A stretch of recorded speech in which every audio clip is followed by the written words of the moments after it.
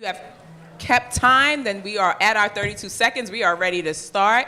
If someone could just remind the people in the back that's checking people in that we needed to be a little bit quiet so that everyone can hear what's happening in this room. Thank you. Well, good evening, Westchester. Welcome to our last stop on the New York State Black Task Force listening tour for the $30 million for our nonprofit organizations. This is it. This is the best place to end. I'm looking at the history of this museum, and I know we're going to hear a lot more about it, but this was a perfect stop to end our tour. What number is this, Dorcia? This is the 12th stop. So we've been all across the state. When I say we, hi, I'm Assemblymember Chantel Jackson, along with my colleagues, have been across the state talking about this $30 million that we got in the budget, thanks to who you see next to me, am I right? Our majority leader, Andrea Stewart-Cousins, the people's majority leader. We say thank you to her and to her counterpart, my speaker, Carl Hasty. We say thank you, and thank you. So as the last stop, we've been talking about this $30 million. As most of you all know, we have opened up our application and we have closed our application, but there's still $8 million that we have not created the application for, and that's still available to us. And that application is gonna focus on housing and economic development. So there's still time, there's still an application out there, so it's not over. We are still working through it. This is the first time that we received this funding, so a lot of these tours we did so we can hear from the community what we should be doing with this funding. We have 5 fiscal conduits, 5. And I'm going to actually pass the mic to my left to Therese Daly because she is one of the fiscal conduits and she's going to tell you a little bit about herself, United Way, and the rest of the fiscal conduits. Yay. Thank you so much, Madam Chair. As a former staffer to the amazing Senate Majority Leader, I can't go before she goes. So, Leader, you have to. No, she wants to see the process. Okay. She gets the brand. Yeah. Okay. So hi everybody. My name is Therese Daly. I am the proud president and CEO of the United Ways of New York State. We have 32. Yes. And shout out to all of you who work with our local United Way under the leadership of Tom Gabriel for Westchester and Putnam, and Faith Ann, who is here in the crowd. Woo! I am one of the 5 fiscal conduits, and I couldn't be more honored to have traveled the state with Madam Chair and the Legislative Caucus. It has been just a true pleasure to get to know each and every one of you and what you do on the ground. I feel very fortunate, again, to be in this position, and we have already started looking at applications. We were blown away, and it is just such an honor to read all of you who applied and the projects that you're working on and the good work that you are doing. And unfortunately, I'm going to be barred from giving a lot of information because we are in the middle of the process. But I want you to know I'm listening. We're learning each trip and each part of the state. And again, I'm honored to be here, and thank you. Well, thank you, Therese. So, Therese represents United Way, one of our fiscal conduits. Another one is New York Urban League. Now, this is the 12th stop, so I should have this down packed, right? So United Way, New York Urban League, Elm Corps, FPWA, and LISC NY. So those are all our 5 fiscal conduits who are responsible for getting the $30 million out to our nonprofits. The money is coming through the Department of State, so they meaning the fiscal conduits will be in contract with the Department of State and responsible for vetting the applications that you all have submitted to them. And so I think, is there anything I'm missing? No, I believe you're good. I would also just say that if you are applying for multiple different funding, so if you applied for AAPI funding and you applied for the Hispanic funding, you cannot get money from all three. You can only get money from one. So part of why we're working with the State Department is to cross-reference the applicants so that they can be notified and we can kind of talk about which line of funding you're gonna go for. I hope that makes sense. Yeah. Okay. So $90 million pot, Black Task Force was advocating for the $30 million and received. So, because our majority leader wanted to hear how we usually start the listening tour, now I get to defer to her to bring opening remarks. Our Senate Majority Leader, Andrea Stewart. Thank you. Hey. Thank you. So I always love to do this. Is Westchester in the house?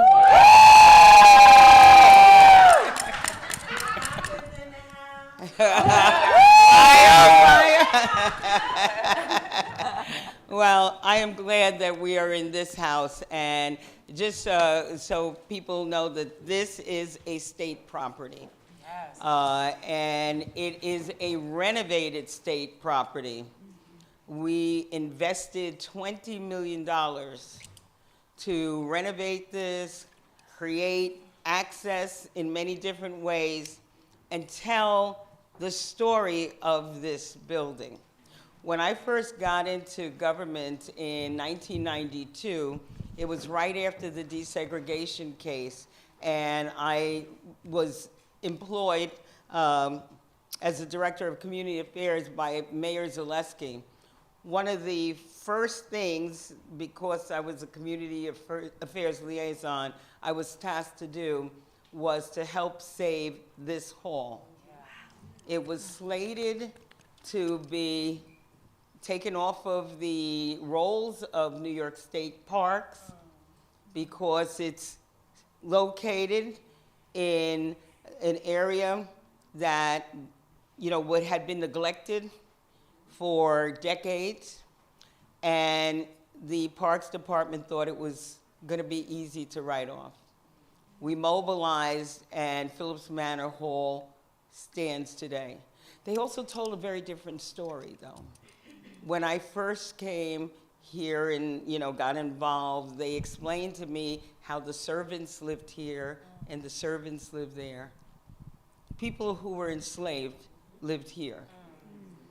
And so I thought it was really fitting when the task force wanted to do the listening tour that we end here. Yes. Yes. Because it means something. It means something when this can be renovated to be able to welcome a conversation about Black people in New York State, led by Black leaders and others who are serving the Black community in New York State. And so I can't tell you how happy I am that you're here. I'm also happy that you turned out. Yes. Because, this is important. And just to give some context, we, 3 years ago, decided after COVID and all that was happening, especially for the Asian American community, they were really stunned by the level of hate and the terror that the community was feeling that was around all the misinformation and just vitriol that was all of a sudden part of the AAPI community's experience.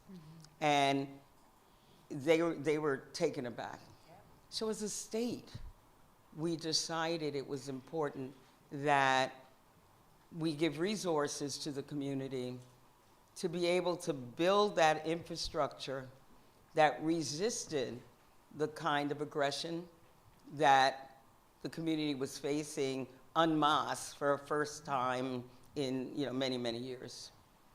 And fast forward, we've expanded the pot so that various communities in this difficult time have access to resources because so much is being threatened, so much otherization is happening, so many attacks on diversity, equity, inclusion, that is hampering the work that we've done for so long, that brought us out of the basement or the attic of a building like this to where we are.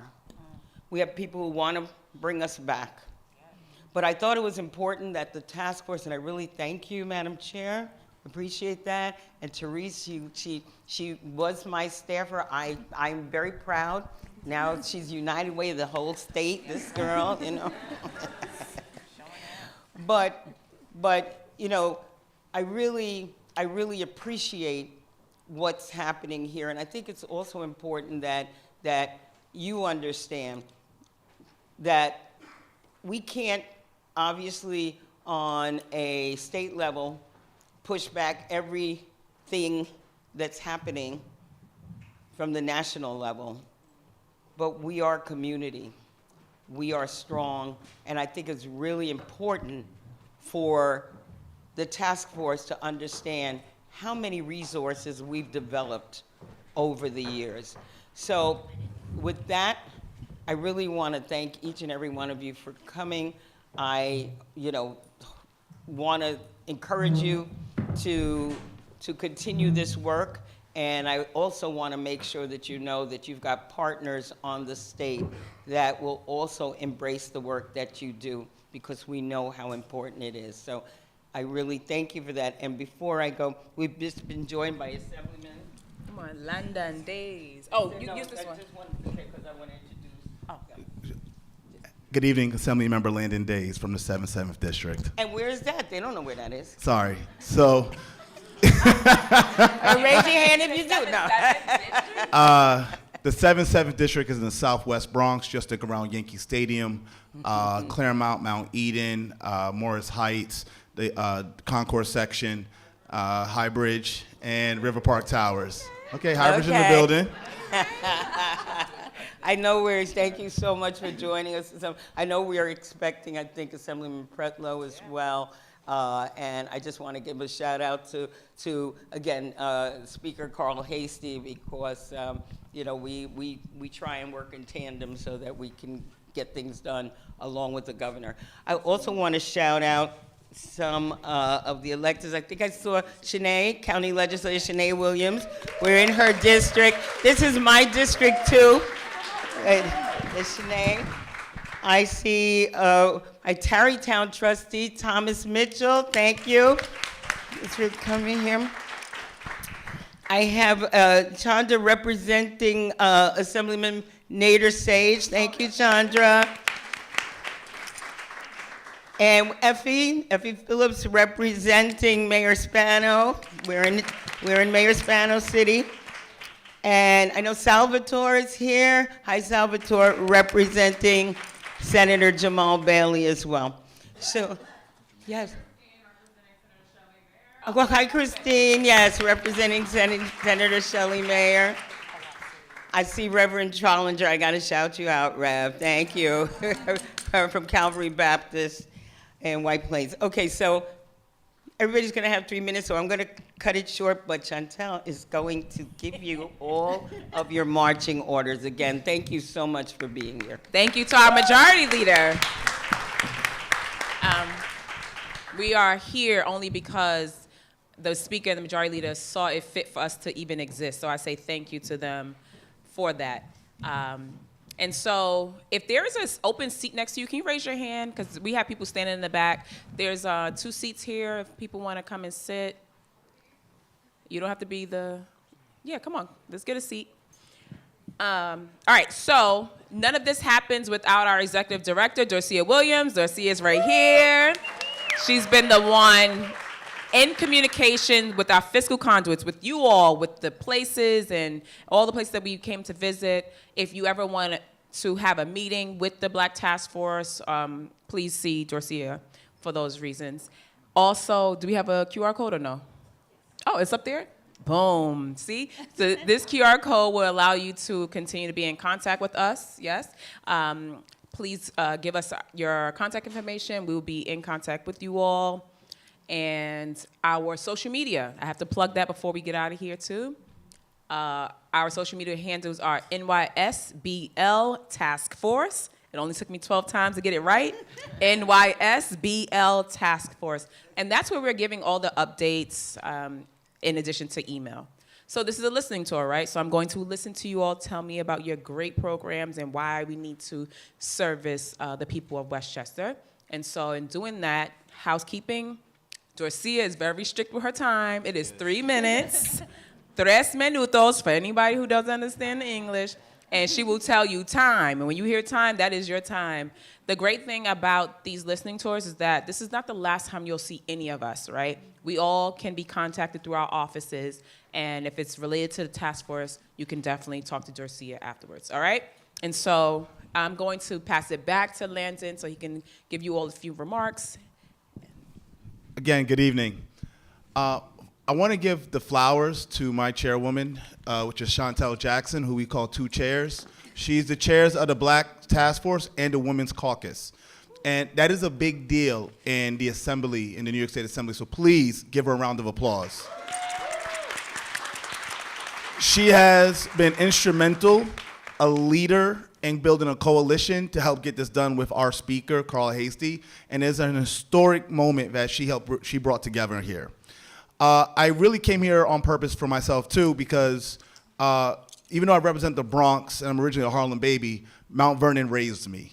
So I wanted to make sure I came to represent to Westchester because I wouldn't be who I was. I worked at the Galleria, RIP to the Galleria. Oh, man. I worked at the Lord & Taylor's on 22, RIP to the Lord & Taylor's. Anybody who went to the Westchester County Fair when they were a kid, we did that all day, every day.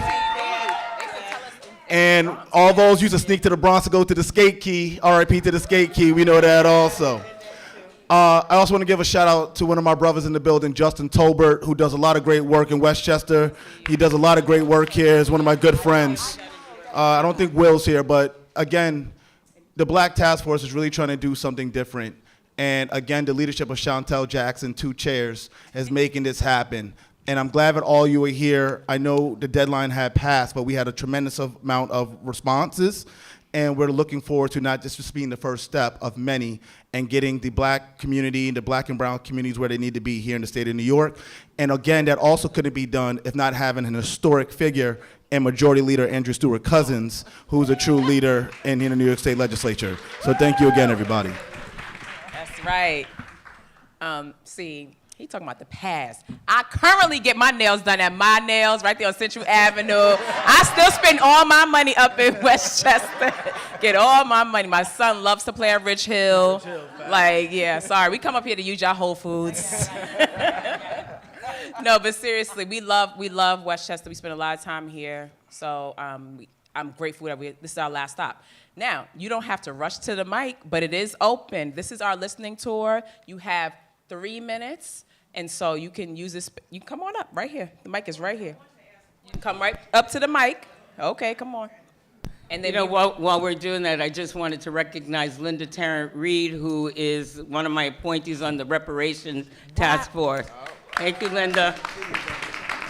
And thank you, Linda, for all the work at the Reparations Task Force. You came prepared with your fan. You came ready. Hot. Ready? Hello, my name is Mavis Martin Gillum, and I'm with the B. Martin Foundation. My first question is, my computer broke when I was doing this, and I wasn't able to get my thing in for the grant. Is it gonna come out again? And is it gonna come out again to help those who weren't able to get that deadline? So the application that closed on November 17th is closed. I know. So we do have LISC NY who has not put out their application yet, and that's another $8 million that has not been allocated as of yet. So that application is still there. This is a one-time funding. It was in the budget thanks to our majority leader and our speaker and our governor. So every year we would have to advocate for this funding. So that means March of next year, I'll be looking at you all to help me knock on the doors in Albany to say, can we get some more funding? So closed, that one is closed, and the $8 million is still open. But it's for housing. and it focuses housing and economic development. Okay, because I have a program for criminal justice, and although the thing did close on me, you said I got 3 minutes to talk about it. Okay, so. How much you got left? Okay, 2 minutes, okay. So I want to start a program called Welcome Home Closet, where people who come from incarcerated men and women come home to Yonkers, and we give them a helping hand on getting started. And it's just a brand new idea, but I'm gonna get out there and I'm gonna hustle, I'm gonna fundraise, I'm gonna do everything that I can to get the first dollar so you can give me the second dollar next time. I'm glad two things I'm glad you said. One is about the wanting to do something for people who are incarcerated. And there are people in this room who are already doing that work. And so we put this together so that we can network with each other. So we're going to leave time at the end to make sure that you guys get to meet each other, exchange information so that you can work together. Because someone may be doing exactly what you're looking for them to do. And the other thing you said, which is very important, you said, I'm going to hustle to get the first dollar so you can give me the second. We have to diversify how we get our income. It cannot all come from the state dollar or the city dollars. You're gonna have to work with private and public funding, right? It has to be a joint effort. All of this money is reimbursed. You have to be able to spend it out first to get it back. So that's why it's really important for you to go out there and raise those dollars like you mentioned. Well, is there a list of where we can go? Because some of us just get on there and search and say, oh, okay, this one. And sometimes it might not be really what we're looking for. So is there a list that we can follow that everybody that has groupings? Because I know, there are some people in here who have a closet, and I'm willing to work with all of y'all.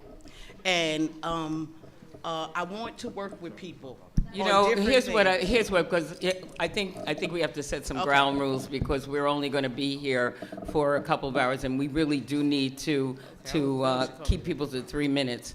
But Mavis, my Annie, and I have my staff here, Annie, Simra, all these amazing people. Talk to them, and we'll try and help. I just wanted to put it on the floor. Thank you. Okay. So come on up. Don't be shy. My deacon's coming up. Hello. Good evening. Hello, Senator. Just want to say in public, thank you so much for all your support you've given us over the years. And I'm going to read this because I hate speaking publicly.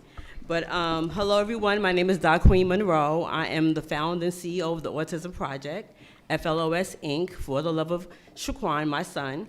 This is a lived experience, is why I started this organization. So currently now, autism affects 1 in 34 children nationally. That is the autism rate, 8-year-olds, right? Here in Yonkers, though, when we bring it more local, 4,700 students are enrolled in special ed. That's about 21%. That is a high raise, one of the highest in this region. Autism is the fastest growing childhood developmental disability. Most of the families that we serve are lower income, minority, Black and brown individuals. The problems that they're having is the services, basically. When they do go to search for services or look for services or go to their doctors, children are delayed later. They get misdiagnosed, no matter how many times they go to the doctor, and it just can be very frustrating. When they're about 7 years and older, it's best to get the diagnosis, to get the proper diagnosis, to get the proper treatments, and to get better, right? Now, what we've been doing in the community has been a lot. We're the little engine that could. We're grassroots. We do backpacks, sensory giveaway to kids that are in special ed in a 12-month program, attending all throughout the year, right? We're up to 400 book bags this year. Next year, it'll be 500. We host a Mother's Day event. For our mothers, we honor all mothers that's like me. We give them the light for that day. We have a resource fair every single year. We may be doing 2 this year, 1 in Yonkers and 1 in Greenburgh. We do a lot of things in the community. And another demographic to look at, that we should be looking at, is the 21 transition. When our kids are no longer kids and they don't get an IEP anymore, that's a very challenging time for families. I'm already not even reading my script, but basically that's what we do in the community, and we're very proud of what we've been doing since 2012. My question is simple: what funding? Well, you kind of told me the funding, so I'm here to just let you know about us.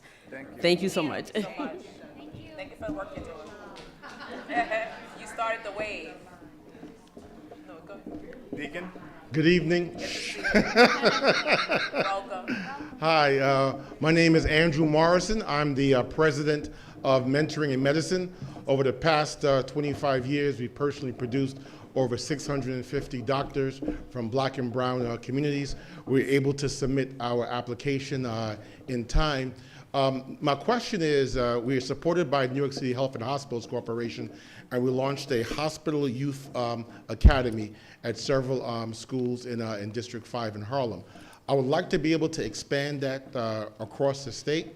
And my big idea is, how can I potentially maybe work with Medicaid, Medicare reimbursements in such a way that I can begin to incentivize each hospital across the state to adopt this unique model we have in working with hospitals and K through 12 local school districts. I can take it. Yes, go. Yeah.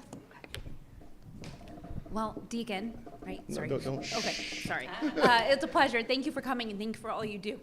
So I actually know the answer to your question. So if you want to contact me later, we're actually working with DOH on an 1115 Medicaid waiver improvements to get the funding out the door rather quickly and utilize our 211 system, which is 24/7, 365-day, and 180 language resource across the state. So I can actually help you, and maybe we could partner together. Okay. So I'll see you after. All right, great. Thank you.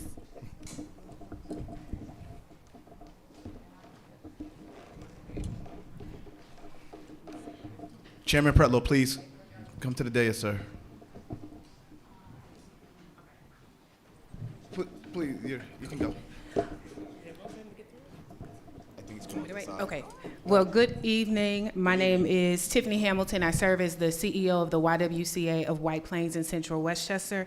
Before I ask for anything, I'll definitely start by saying thank you for creating this space. Thank you for centering the Black lived experience in New York State, and thank you for centering nonprofits led by leaders of color. Yes, so sorry. Okay. Hey Siri, set a timer for 2 minutes. There we go.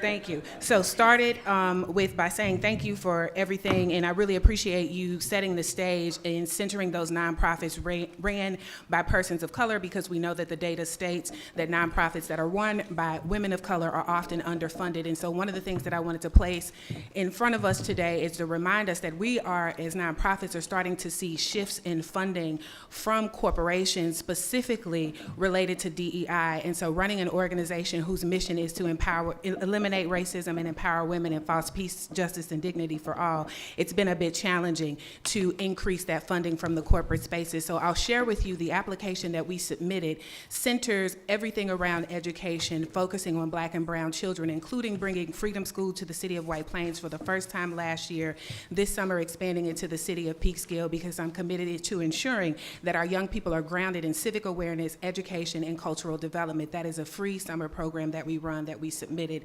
The economic empowerment arm that we do in our women's residence, where we house 193 women, was also included in that submission, as well as our Children's Learning Center, because we're looking at the education continuum across the life cycle. So if you're looking for an organization, and this money, still going after it. Every day I'm hustling 10 toes down, but I just wanted to make clear that we are seeing a shift in individual donors and corporate donors, and this could give us that cushion to offset and be that bridge. And so with that, I thank you. I thank you for the work of reviewing all of those applications, and look forward to partnering with you whether or not we're funded, because the work still has to get done. Thank you. Well said. Well said. And so right before the next person speaks, we are joined by another member. We have to give the mic to the money man. I'll allow him to introduce himself. Good evening, everyone. This is the last of these listening tours, but of course they saved the best for last. That's right. So I'm not going to say a lot, because, as I said, this is a listening tour. We want to hear from you and what your needs are, and then we will get together at a later date and address the statewide needs of all of the not-for-profits that serve Black and brown communities, mostly Black communities in this particular forum, and try to get things straightened out. We have a few $1 million to divvy up, And I know we could probably do the entire pot for the people in this room right here. Unfortunately, we can't give you the whole pot, but we'll give you as much as we can. All righty, so I'll look forward to listening to all of you. I think the line is long, and I will shut up and let you speak. Thank you. That is Sir Gary Pretlow, Assembly Member. Good evening. My name is Stephanie Chapman. I know some of you, but not all of you. I am the legal director at Student Advocacy. I have been at Student Advocacy a very long time. Student Advocacy is a nonprofit organization that's been in existence for over 40 years. We protect and promote the educational rights of all students, but we serve a significant number of the underserved communities. They seek our help all the time, and without our help to navigate these extremely complex special education and education laws and systems, they would really have no place else to turn. We're based on focusing on positive youth development, and we truly believe that when students have the appropriate supports and services in school, regardless of a disability or any other limitation, they can be effective members of their school community and grow up to have jobs and be effective members of their community. And so my question really is today we're faced with this critical challenge. With the dismantling of the Board of Education and ongoing cuts to local school resources, how will the state, other than this, help to fill in the gaps? And how will we ensure that every student receives the services they are legally entitled to? That is the question of equity, justice, and a shared responsibility to protect these children's right to an education. So I thank you. It was a pleasure to be here, and if anybody has an answer, I would love to hear it. Well, I think generally, I hope that you have seen the emphasis that I think both houses have put on education and really trying to work with vulnerable populations. It is a focus that we will have. I mean, this is one thing, but those things will continue to be our focus. And again, as I said, we have a national issue that we are trying to resolve statewide, but the priorities remain the priorities, and we know it's important. I thank you for that very much, and we've seen you many years at all of our events. And I thank so you for what you do. Thank know you. how important And it's a pleasure to meet you, and we too have applied for the grant. Oh, perfect. Is there like a timer that starts? I'm just wondering. Oh, just here, guy. Okay. Don't worry. Hi, good evening. My name is Jeanette Gisbert. I'm the proud Deputy Director at Neighbors Link. I actually just wanted to echo my colleague and friend Tiffany. I'm a first-generation Cuban American and very proud to be the #2 at an immigrant serving organization. And I would invite you to think about the impact that investing in organizations led by women of color have in the sustainability of building strong nonprofits in our community. So that's a little bit of a personal piece there, but Neighbors Link is a nonprofit organization that works to build stronger communities through immigrant empowerment and integration. We're based in Mount Kisco. We serve 3 communities in Westchester County and throughout the Hudson Valley, and last year we served over 10,000 immigrants in our community. At Neighbors Link, not surprisingly, we are seeing increasing fear and anxiety amongst the people that we serve. There is, especially in immigrant communities of color, where people are experiencing significant racial profiling. In the midst of these challenging times, I did also want to lift up that there is hope. We're seeing incredible resilience and resistance. We're seeing neighbors checking on each other, community members reaching out to us, asking how they can help, impacted communities asking how they can tell their own stories, organizations and houses of worship working together to make sure that no one faces these challenges alone. We at Neighbors Link are collaborating with many community partners, many in this room, schools, medical centers, houses of worship to support families in a holistic way so that we are meeting their legal, social, and emotional needs. We are focusing on what we're calling kind of our rapid response programming, but also on delivering our core programming, including what we've applied for funding for, which is our Adelante Juntos, our Summer Links and Learning Links educational programs that provide critical education and developmental support for families through various ages and stages. At Neighbors Link, I say to the team, we will not be distracted from our important work. Chaos is a strategy, and staying focused on what we do is also a strategy.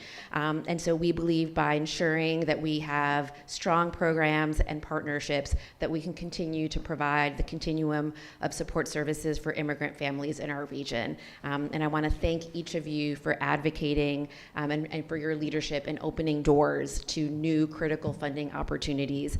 Your commitment to expanding the possibilities for communities, including the immigrant families that we walk alongside every day at Neighbors Link, is very important. Thank you so much. Thank you. Thank you and good evening. Delighted to see you all here in my hometown, city of Yonkers, third generation. And so pleased to be here, of course, with our Senate Majority Leader, who has been with us for some time. And certainly, of course, the wonderful, none other than Gary Pretlow, who's been a fabulous supporter over time. My name is Cheryl Brannon. I'm the founder of Sister to Sister International. And our mission is to motivate, to educate, to train, and to advocate for Black women, girls, and their families. And we do that locally and globally. We've been doing that again for over 30 years. And we actually applied for a capacity building grant. We did some seminal research now going back 5 years ago entitled Still I Rise, the Status of Black Women and Girls in Westchester County. And we have honed in and done the research on 4 critical pillars. And those pillars are, first and foremost, health and wellness and Black maternal health. We were just yesterday with our senator. We've been doing great work. We're the premier organization in Westchester County as it relates to Black maternal health. We have the Westchester Black Maternal and Child Center of Excellence. When it comes to STEM and STEAM, Sister to Sister International introduced it to Westchester County for Black and girls of color. And guess what? We have the receipts. We've been doing it now for 13 years. We have the doctors, we have the administrators, et cetera. So we've been doing great work there as well. And then, of course, we have social and juvenile justice, doing great work in that space, in addition to entrepreneurship, pay equity, and economic prosperity. So those are our 4 pillars.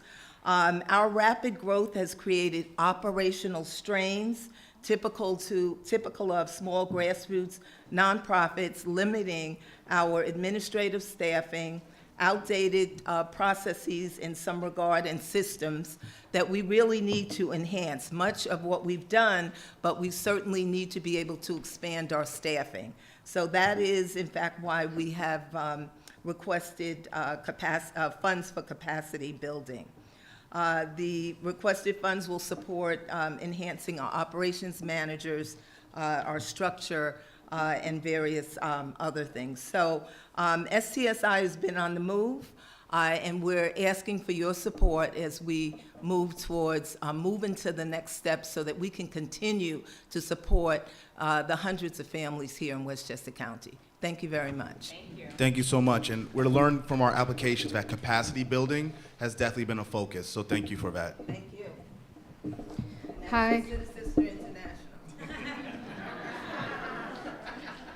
Hi, everybody. Thank you for tonight. A listening tour is just so amazing. I don't ever feel like I feel heard, but thank you for that. I'm here from West Tab. I'm Namira Nuzhat. I'm the Director of Government Grants, here with my amazing coworker, Tracy Rett, who's feeling very shy today. We've been around since 1981, and we're known for affordable housing and permanent housing. But another aspect of our work is employment services. Just last year, we moved more than 2,300 people into secure jobs through training in security, construction, custodian, and maintenance services. And through this fund, we've applied for expanding more training to people in Bronx and Westchester. We have 4 employment centers in Mount Vernon, and then in Notting Hill, and New Rochelle, and in Bronx. So thank you for this funding stream. Regardless of if we get it or not, I'm sure amazing work will be done through this, and thank you. You know, because West Ham does so much with the housing, are you applying for the other piece of that? We definitely will. And just because you gave me the chance again, since our operation, we've moved 12,000 households into permanent housing. So our work is all encompassing. Our mission is building communities, changing lives, and we know that that involves giving children what they need, giving people the right kind of training to be gainfully employed, giving housing, and a life of dignity. So we work towards that in every single aspect that we can figure out. Tell Rachel I said hello. Thank you. Thank you. And I'm very mindful of time. It's 6:54. We're here until 8 o'clock, and I'm looking at the list, the line. Remember, it's 3 minutes, and if you can cut it shorter than that, that'd be helpful because more of your neighbors will be able to speak. Thank you. My name is Yamira Ledesma. I'm the president of Thespies Theater. We are a nonprofit 501c3 Latino theater organization based here in Yonkers, New York, and our mission is to promote arts, culture, history in our communities here in Yonkers and Westchester through theater productions, educational workshops for the youth, and also we focus on programming to empower the youth, the women, and minorities of color. We submitted the application for the funding, and we thank you so much for making this happen, making this possible. For the theater production, The Elderly Lady, which focuses on elderly care in our communities and all the challenges that it poses for the person and also for the families. We had a successful stage reading this year in September. We want to make a full theater production. I have Jose Ortiz, who's our director. Hi. As the only Latino theater organization in Westchester County, we are proud to be rooted in Yonkers, and tonight we stand with a mission that is both clear and urgent: to work with our government partners to secure a permanent property supported by essential capital funding to establish the first cultural theater space in the history of this city. This is more than a building. It's a home for our stories, a place for learning, and a cultural anchor for communities that have long been underserved. A dedicated space will allow our children to grow through the arts, our artists to thrive, and our diverse cultures to be fully represented. But this project is not only culturally vital, it is economically strategic. A cultural theater space stimulates local business, brings audiences into the city, supports tourism, creates jobs, and fuels the creative economy. Cities across the country have shown that arts investment is one of the most effective drivers of sustainable economic development. Yonkers deserves that same opportunity. We need your partnership, your support in securing the property and providing the capital funding necessary to make this vision a reality. An investment in this project is an investment in the future of Yonkers.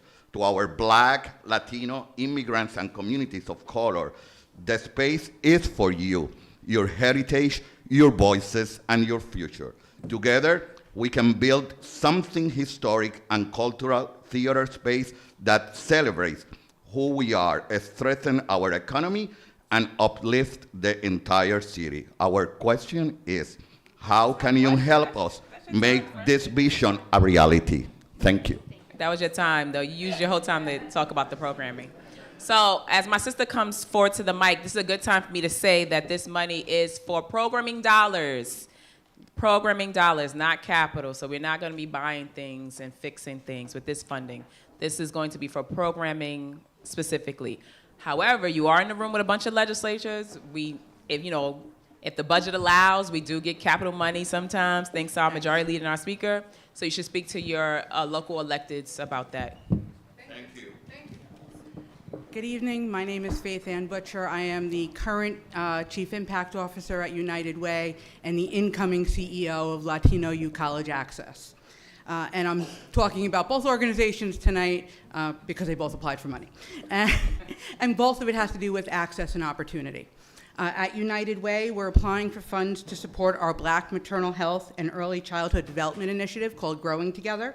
We created a mechanism that once participants sign up for the program, it sends prompts to them via text and email that proactively provides information and about resources or asks them questions for them to consider about their health, because we've heard that if people just knew, things could be different. If they just knew they had access to programs and resources. And while they can call 211, they don't know when to call 211.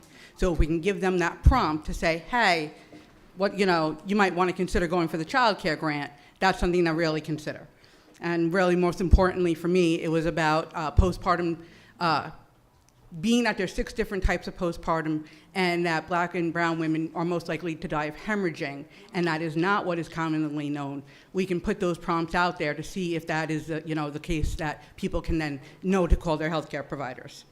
Then for Latino U, we are applying for education funds for our Scholar program, which provides individual support to first-generation college-bound students, many of them from immigrant families, from their junior year of high school through their graduation of college. And we provide coaches, mental health support, and career readiness training. As a Latina who lived through the experience of families not thinking college is an option for their children, I was told that despite being an honors and AP student, that my parents couldn't afford for me to go to college. As a result, I didn't graduate college until I was 40, and now we're a few years later, and I'm a PhD candidate. So access and opportunity make all the difference in the world. Thank you.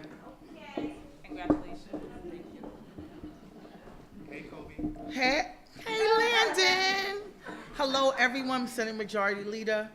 Oh, my goodness. It's so good to see you as well, Chantel. I love you. Thank you, Landon. Thank you, Gary. Thank you all for Executive Director.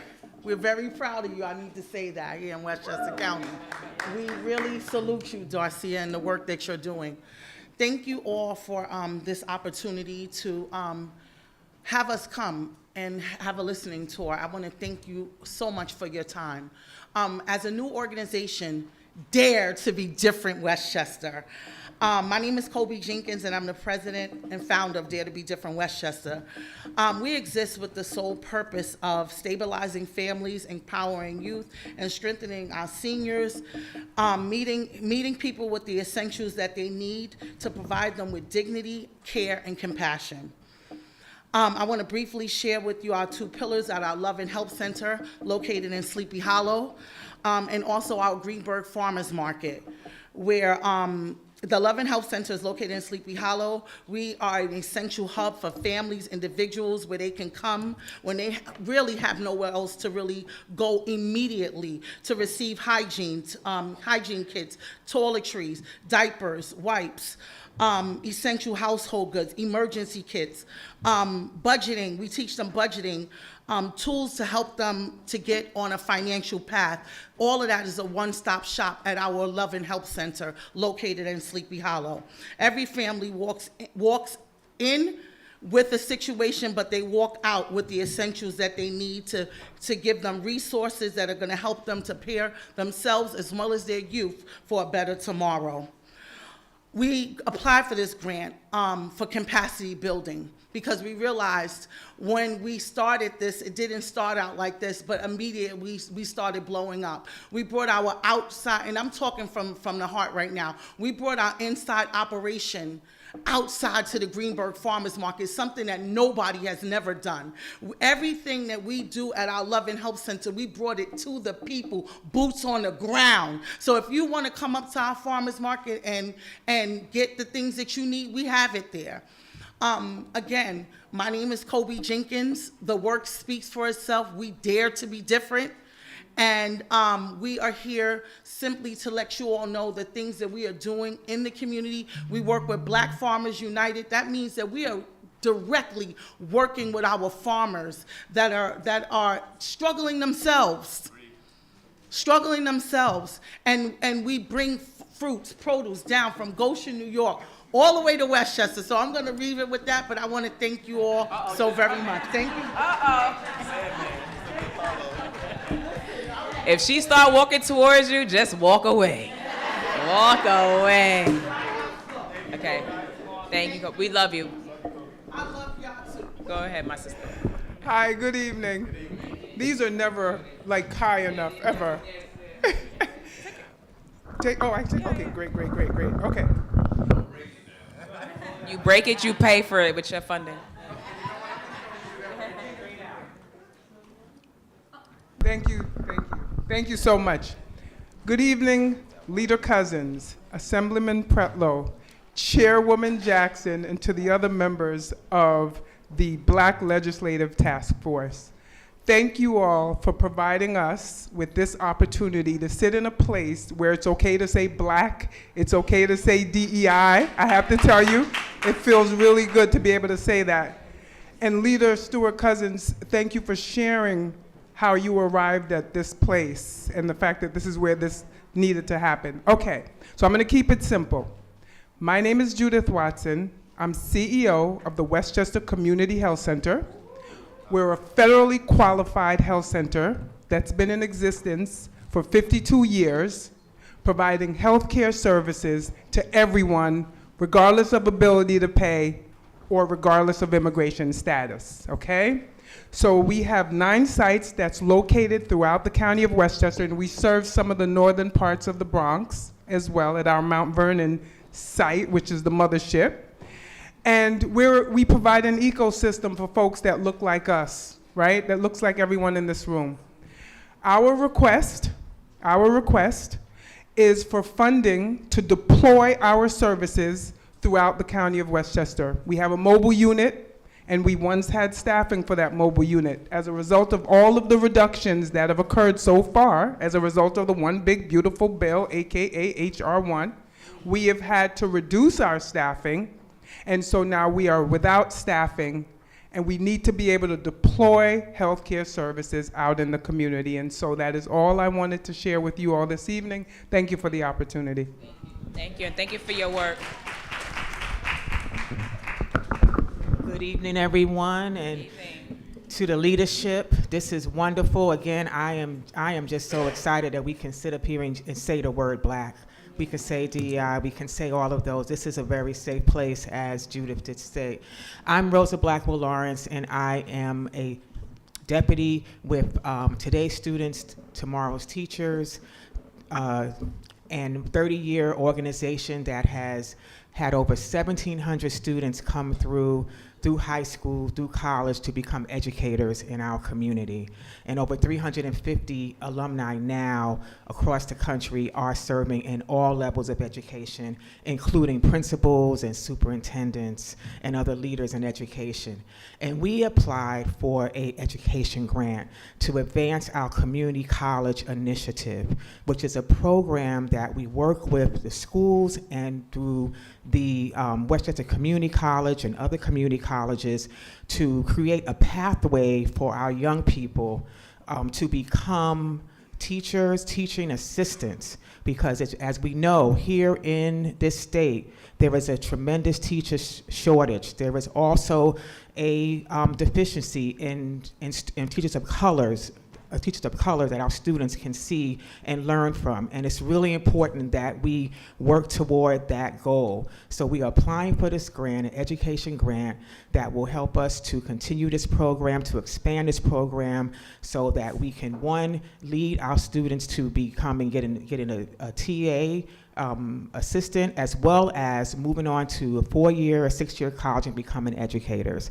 And so again, I just want to say this is wonderful. This is a great opportunity, and we hope that you will give us much consideration. I know many of you are very familiar with Dr. Betty Perkins and her drive and her ambition with this program. She's given everything she has to this program over 30 years. We're celebrating 30 years, and that's something to clap about, okay?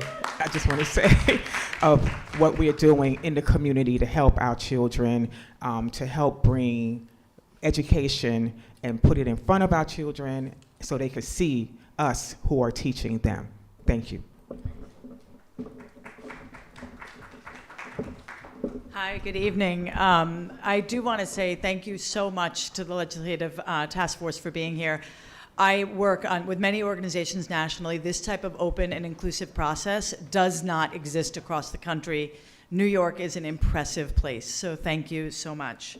I am Meg Koifer. I'm President and Chief Visionary Officer of the STEM Alliance, our region's leader in digital equity and inclusion work.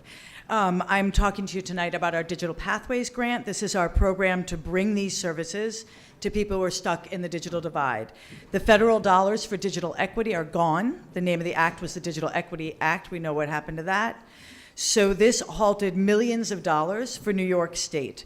The digital divide is, in fact, a racial divide, and that is why one of the key populations that was identified were people of color.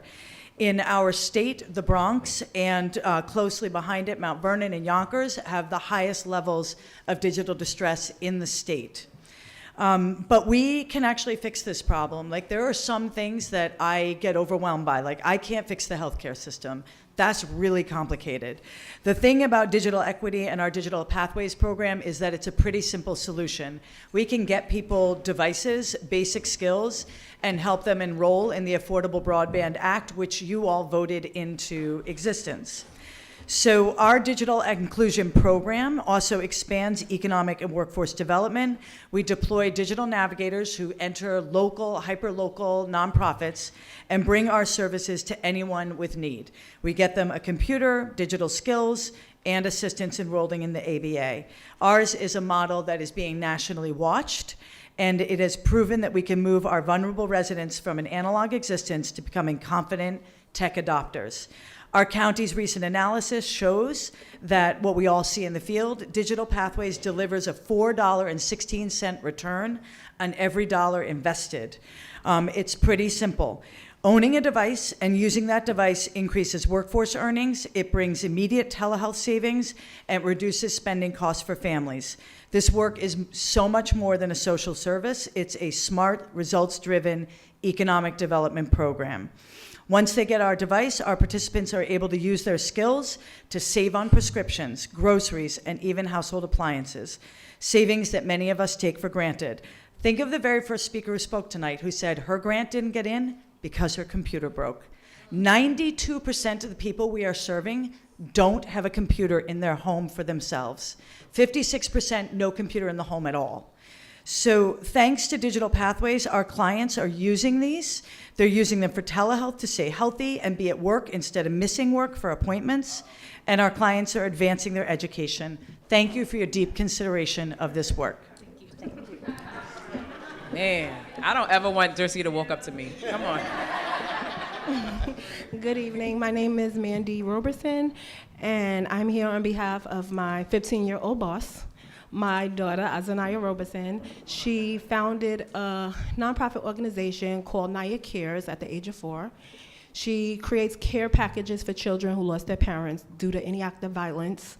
She came up with the idea herself after watching a World Vision commercial and asking me a million questions. And when I told her, she wanted to know why were these, why was the commercial, why were they asking for food? Why couldn't the parents purchase? And I told her some of the kids did not have parents, some of the parents could be sick. But once I said some of the kids did not have parents, like, she could not understand that, of course, at the age of 4. So after having that conversation, she came back and said, I want to start a business. And I'm like, she want to sell snacks, okay. But 2 weeks later, she came back with this idea. We've been building on it since. We became a 501c3 a year ago. And I'm not sure if what she does falls under economic development or if we would be in a space to apply for any of the grants or what's available. But I'm asking for any help in any direction, including prayer, because she's a tough boss. She's a tough boss. She's very shy, as am I. But just asking for your prayers. We have been doing everything, me and Dad. She has a big vision, and it keeps growing. It started as a shoebox, and now it's a little plastic container. And what we put in the care packages is what's age appropriate for that child, from blankets to books to coloring books to socks, hygiene products, so different things. So thank you so much. So I have a location at 925 Sawmill River Road. We're here in Yonkers. We do a couple of things out of the space, but she has an office that she don't pay for there.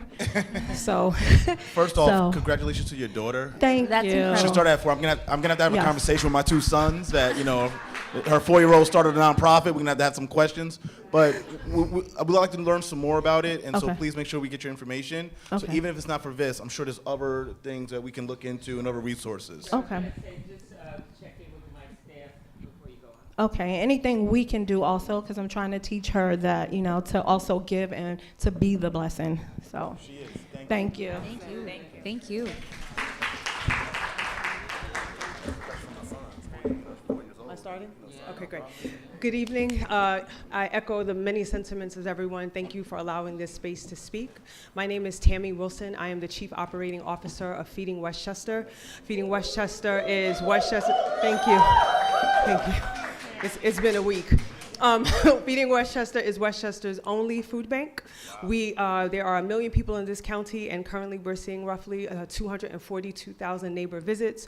1 in 3 households are at risk of food insecurity. About 80,000 of those are children. We did apply. I'm going to say probably my team might have missed the mark when it came to capacity. I'm going to be honest. The application didn't feel like we could fit in, since our mission is really tied to food. But we still applied anyway, for capacity building, wanted to be clear. So just wanted to let you know, for Feeding Westchester since March, we've lost 1 million pounds, and year from FY25 to FY26, we went from 9.1 million to 6.6 in federal funding in one shot. So that is on top of the 1 million pounds that we've already lost. So what this means is that we applied for the capacity building so that we could start in thinking about schools. So schools currently, right now, do not have the capacity to have food pantries. And so we are looking at, we're in Yonkers. Feeding Westchester worked with a funder who provided $150,000 to do some pantries in Yonkers. But we have requests in Mount Vernon, Yonkers, Peekskill, all throughout this county, and we need the infrastructure and the capacity to do so. We grew as an organization, but if we do not allow our partners to grow and help them come along with us, it will be in vain. We continue to serve our community. Prior to the pandemic, was a 10 million pound organization. We are 20 million, and we'll probably hit 24 to 25 million this year. So that's all I wanted to say. Thank you so much again for the opportunity, and I appreciate it. Yes. Thank you. No, I just want to say thank you for your work. And one thing Tammy said that I need everyone to hear is that she said, I don't know if we fit the mark, but we applied anyway. And that's the best attitude to have. And thank you for being in this space. And hopefully you have power sitting up here. Oh, I have power and blessings to your right. Come on, power So and blessings thank you. sitting up here. And so, of course, because you spoke, their staff is here, so feel free to keep having that conversation. Absolutely. And to be fair, the state has really come through hands down. But the federal government, right? We know. And we already know the trickle down, and we get it. But the reality is, I just want this group to know is that school pantries, kids need food to eat, and guess what? When they graduate high school, they go to college, they still hungry, and food insecure travels with them to college. So we also do that as well. I wanted to thank you, Tammy. You know how much we are, I think everybody here is invested in Feeding Westchester because you have invested so much in us. But I do want people who might not know that the state in our budget negotiations are now providing breakfast and lunches. Universal school meals is a blessing. Universal school meals for kids all over this state. So it's because we are sensitive to these issues of food insecurity. Is she walking to me? Okay. So we will continue to do that. Don't walk. Don't walk. She's talking. Thank you so much for the universal meals. She's gonna let me talk too. Thank you so much. Thank you, Tammy. Good evening. I'm an artist. Public speaking is something different, so I'm just going to read this.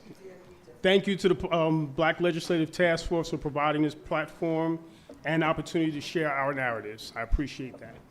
I am Evan Bishop, Executive Director of Yonkers Arts, and which is a premier non-for-profit organization located in CMAD, which is a Carpet Mills Arts District. Our leadership is made up of myself and 2 women of color, as well as a diverse staff. a little nervous here. Our goal is to apply for the $8 million to be part of the $8 million housing and economic development. CMAD has become a vibrant anchor for arts in Yonkers, but we also represent untapped potential for economic and workforce development, as well as equitable access to affordable workspaces. I'm extending a personal invitation to take a tour of Yonkers Arts, Carbon Mills Arts District, as well as the lab, which is formerly the Power Lab, a collaboration between Yonkers Arts and Lamont Badru that is designed to bring co-working opportunities and resources to entrepreneurs as well as small businesses and technical support for small organizations. I believe your leadership and vision can help Yonkers Arts and take the next step, securing additional funding to enhance our shared facilities and further integrate CMAD as the city's broader economic growth and strategy. With your support, we can transform CMAD to a lasting economic, cultural engine for Yonkers, one that provides accessible, affordable workspaces for small businesses, entrepreneurs, and the community. Thank you for your time. We appreciate it. Thank you. Thank you for your work.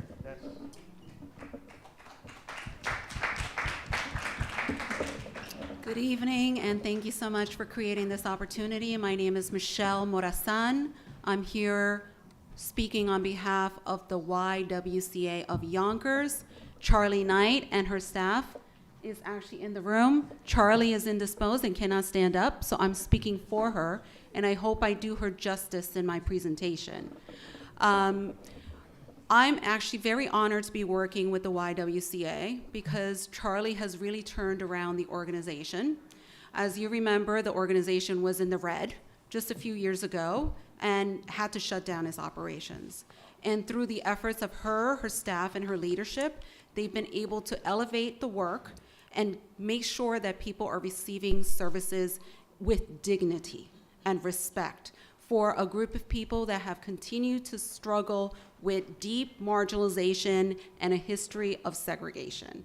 So this group, under Charlie, has been able to get nearly to a $10 million annual budget. And that is a success story. But with growth comes the challenges of making sure that we are able to meet the increased capacity that we need to provide that meets the demand. We're seeing a lot more demand for different types of services, and we're seeing a lot more disparities in terms of health and mental health amongst the girls, women, and their families. So we want to look at our portfolio of services and figure out a way in which to make them all more robust to meet that increased demand, and also look at expanding other programs, especially in the areas of early childhood, health, girls' youth development, etc. So we did submit a capacity building grant. We hope also, with the monies, if they were awarded, to make a huge investment in our staff, make sure that our staff is prepared to take the organization to the next level. We're currently serving nearly 5,000 individuals in Yonkers. We want to do a lot more, and we actually want to make sure our staff are trained in working collaboratively with all of you. So we don't want to work in silos. We want to be able to share information. We want to be able to capture data in a different way and make sure that it is a benefit to all of the Yonkers organizations, all our sister organizations who are deep in the fight. So thank you so much for giving us the opportunity, and props to the YWCA team and everybody else in the room doing the hard work.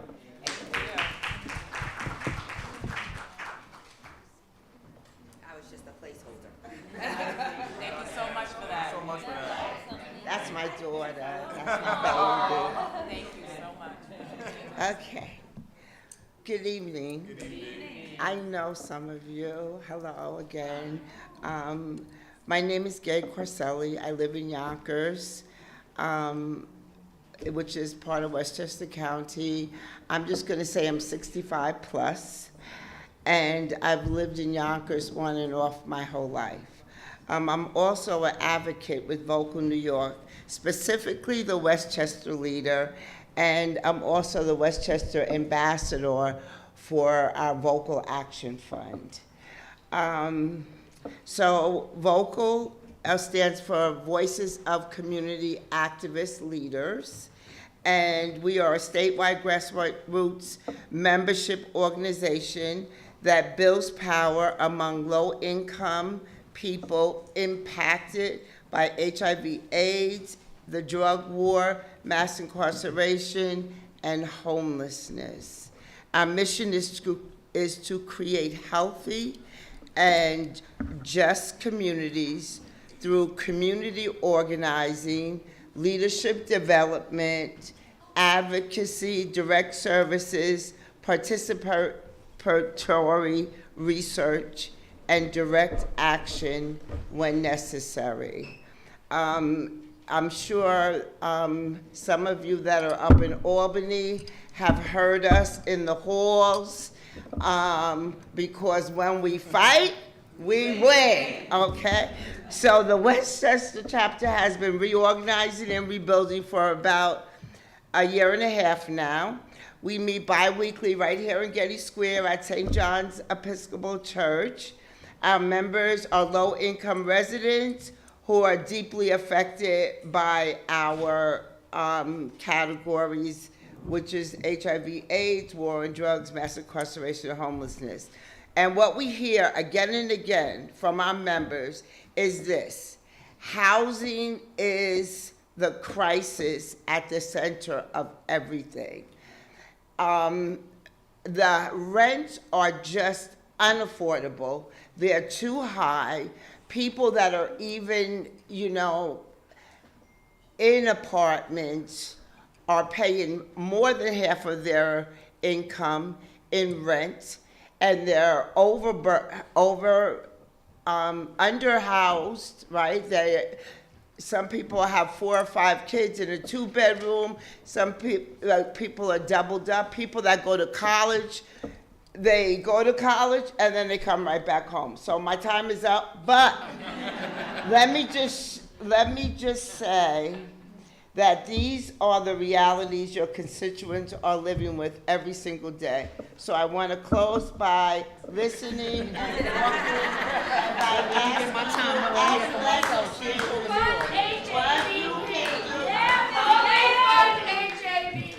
All right. Thank you so much. And before you speak, thank you for all that you guys have done, all you're talking about, and we did fund HAVP in the last budget. Thank you, Majority Leader. We have been joined by my boss representing you all and the Bronx. I'm gonna allow him to introduce himself. Go ahead, boss. Hello, I'm not nobody's boss, especially not Chantel Jackson, because this is the chair of the Black Legislative Task Force and the chair of the Legislative Women's Caucus. I don't think that she knows that I'm not the boss. And we all know if there is a boss in this room, it is Madam Leader Andrea Stewart Cousins. I just want to be very clear, because that's my boss, 100%. So I'm too late to pontificate, but there's a lot of traffic from Co-op City to here. It was that's not like a comedy joke. It took me like 45 minutes to get from Co-op to here. It's like halfway to Albany. But thank you for really coming out and listening. In Westchester, you pack the room like you always do. You always show up and show out and represent. Happy to listen. Grateful for the applications. I know that the team here, my assembly member from the Bronx, Landon Davis, this is the Ways and Means. Westchester is getting it, huh? Man. But happy to be here, happy to listen to what's remaining, and happy to converse with you afterwards, because I did, in fact, come too late. Thank you all. Have a wonderful holiday season. Happy Thanksgiving, Merry Christmas, Happy Festivus, Happy Kwanzaa, Happy Three Kings Day, Happy New Year, Happy anything, Happy life, Happy love. I'm out. Well said. Thank you, boss. Hello, my name is Yolanda Chenault. I am a lifelong resident of Yonkers, born and raised here. My mother and father were instrumental in Yonkers, and I am CEO of All Access Yonkers. It's a new nonprofit organization. We've been in action for probably about 3 years. We host community events that promote community engagement through all generations, all together in one space, multi-generational. We also have a program called LEGO, Loving, Lifting, Encouraging Girls Over Obstacles. And the LEGO project is dear to our hearts. We mentor young mothers, 14 to roughly 25. Some are older because we live in an arrested development community. And we provide mentoring services to young mothers. We provide diaper bank services to young mothers. And the Lego Mommy Mentoring Program is just the first phase of the Lego House Project. Phase 2, which we would love to get funding to go into, is Mommypreneur, where we help young mothers learn basic entrepreneurial skills to be able to care for their babies while they go to school and, do whatever, whatever else, side jobs or whatever they do. And then there's the Lego House Project, which is a 3 to 5 year holistic comprehensive housing and development program for homeless teen moms. And so it's a 3-phase project, and we want to provide childcare along with the housing, as well as we focus on 4 areas: financial literacy, education, parenting, life skills, and parent health and wellness. And so with the, one of the other reasons, I would talk more about that, but there's something deep on my heart because we want to expand. Right now I provide legally exempt care for my family, and I really want to expand to provide an infant toddler center in Yonkers through All Access Yonkers. One of my dilemmas is how we get paid through the county. I will not be able to sustain a child care business on that level with the way that the county pays through subsidies. So I won't go through my dilemma that I'm in right now waiting, which I will not get my check from October until December because they have yet to process my attendance that was submitted November 3rd. So the process is you submit, the 5th day they begin processing payments, 14 days they have to do it, and you're supposed to get paid. We're at the 22nd of the month and I'm still not paid. And so my dilemma is, how do I move forward to be able to do the work that I want to do on the level that I want to do it and have to face these challenges that I know are gonna come because I'm dealing with them now I as a understand. person. So, did you see the county legislator, Shanae Williams? Yes. I would chat with her. Okay. Okay. Thank you so you much. know, and the new county executive, Ken Jenkins. Have you talked to the Child Care Council at all? I Okay. talked to 7 people today in the county with no help from anybody. Okay, I would start with Shanae. Okay. Thank you so much. Okay. But Okay. All Access Yonkers is excited. Thank you for the opportunity. We're excited to get Congratulations, funding Jeanette. to do the work here in Yonkers. Have a Okay, blessed take care. Well, that's a great way for us to end. A lot of what I've heard here, and Majority Leader, myself, Therese, everyone is taking some notes, is that there's clearly needs for different areas of improvement here in Westchester. The funding, like we had mentioned, the funding application for one part has been opened and closed by November 17th. And we still have the housing and economic development, $8 million that still that application has not been open. And of course, we will be alerting you all once that application is available. So pay attention to your emails and pay attention to the social media.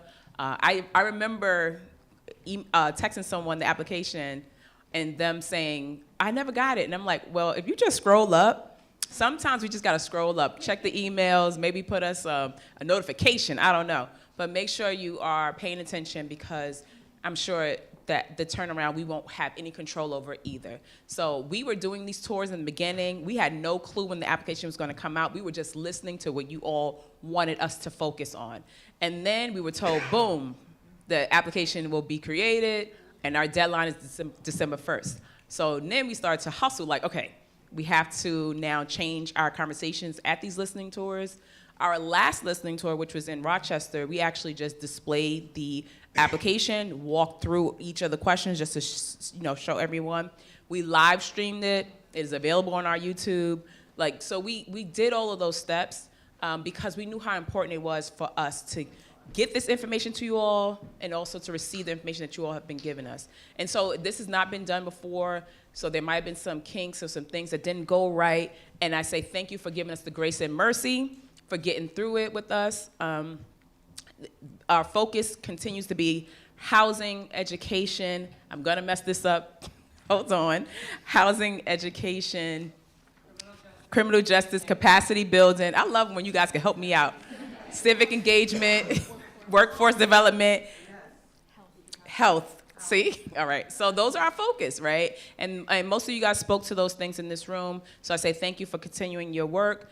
Understand that this is not the only funding source that exists, right? You can go to your local elected leader of that area and talk to them about their funding sources, your congressional members, all these different levels. I can't guarantee you to have anything for you, but at least be engaging with all levels of government. And it cannot just be your local, you cannot just be your government. You have to also start looking out at those corporate donors and seeing who's willing to partner with you all in the work that you do. So I want to say thank you. I'm going to pass it over to my majority leader. We're going to close out because we're going to allow space for you guys to network. Thank you. Thank you so much. And please, again, another round of applause for the chair. Two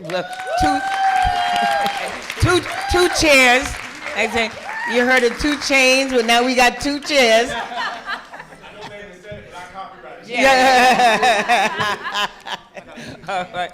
And thank you, Layden, and for Therese and Assemblymember Pretlow and our Assembly Member Layden, who knows everybody from all the past. But again, I love the fact that we are in such a rich, resourceful state and community.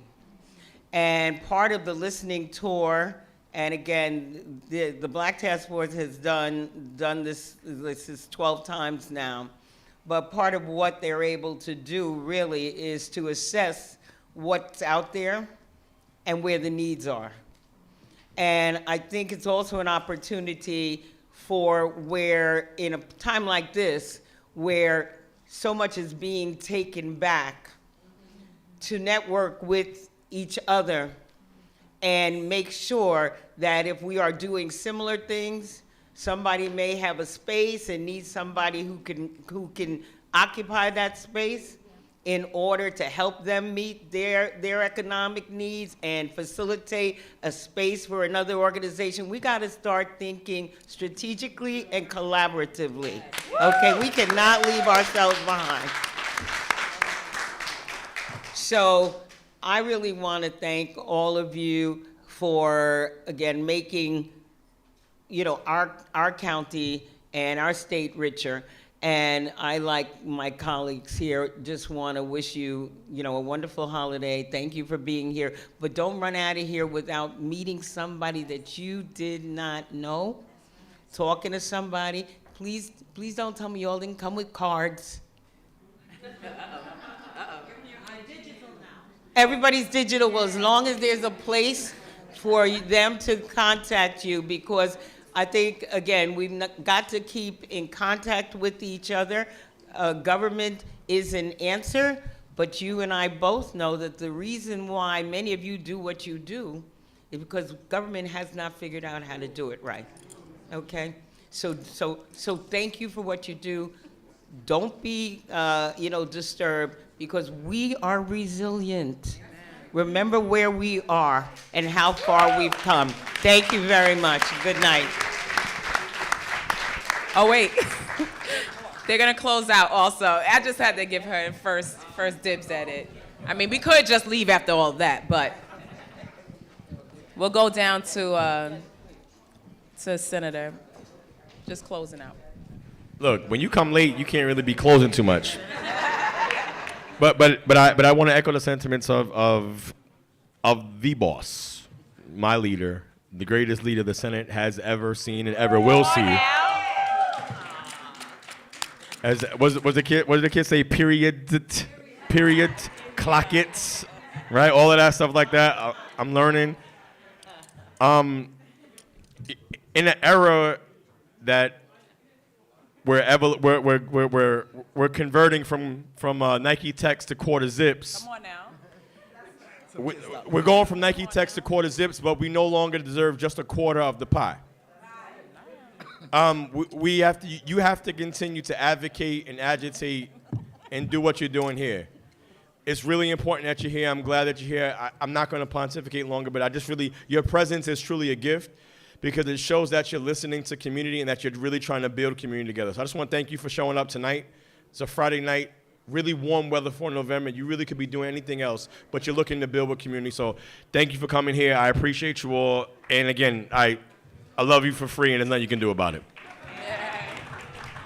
Thank you, Senator. And it's obvious that you've done your homework, that we have to do our work. And we're going to go through all these applications and try to do the best for as many people as we can. He uses all these SAT words all the time, and they're always over my head. I used to have hair, but sitting next to the senator, they just they just carved my hair away. But anyway, we're going to work hard, and I can't say a lot because of this lofty position I'm supposedly have. If I say something, I think it's going to happen. That's right. See what I mean? So I just say I'll do what I can. Thank you. Thank you all so much. It has just been such an honor and a pleasure to be one of the fiscal conduits and to hear your stories. I also have to say, having almost been to all of the listening sessions, this was the politest crowd ever. So let's go. Go Yonkers. And just one. It was giving Westchester. Yeah, Westchester. And I just wanted to do She didn't know Westchester is Bestchester.